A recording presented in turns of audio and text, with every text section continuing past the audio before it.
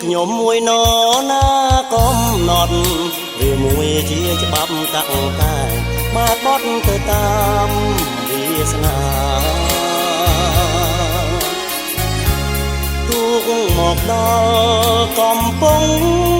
លងបាត់ច្រវាឆាលខោនស្នេហារឿងបេះដូងកាយដំណើរជីវិតក្នុងវដ្តសង្សារដោយកូនបាក់សា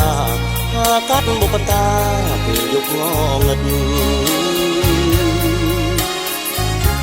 ឋាននរុងអើជ័យខ្លាជាតងសិតអប្សរដួងចិត្តប្រែជាកាកៃនឹង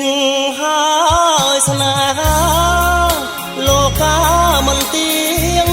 ដូចជុងបងភ្លៀងកណ្ដាលរាត្រីស្នេហ៍ផ្អែមដូចស្ករស្មោះសរភាំងក្ដីម្ដេចគ្មាននិស័យចាងក្ដីស្រឡាញ់កាមួយអងក្លិនសងខំផ្កា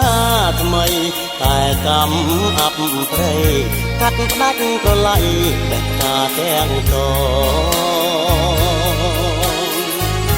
បើមិនស្នេហ៍ទេម្ដេចមិនប្រាប់បងផងឲ្យខងបំណងកណ្ដាលគិតលោក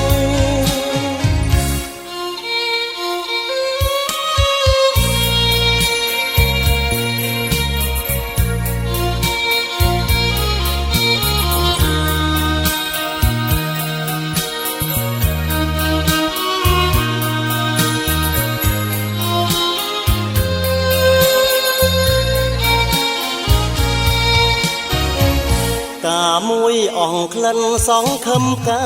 ថ្មីតែកម្មអាប់ព្រៃកាត់ផ្ដាច់ប្រឡ័យលេខកាទាំងតបើមិនស្នេហ៍ទេម្ដេចមិនប្រាប់បងផងឲ្យខកបំណងកណ្ដាលគិតលោក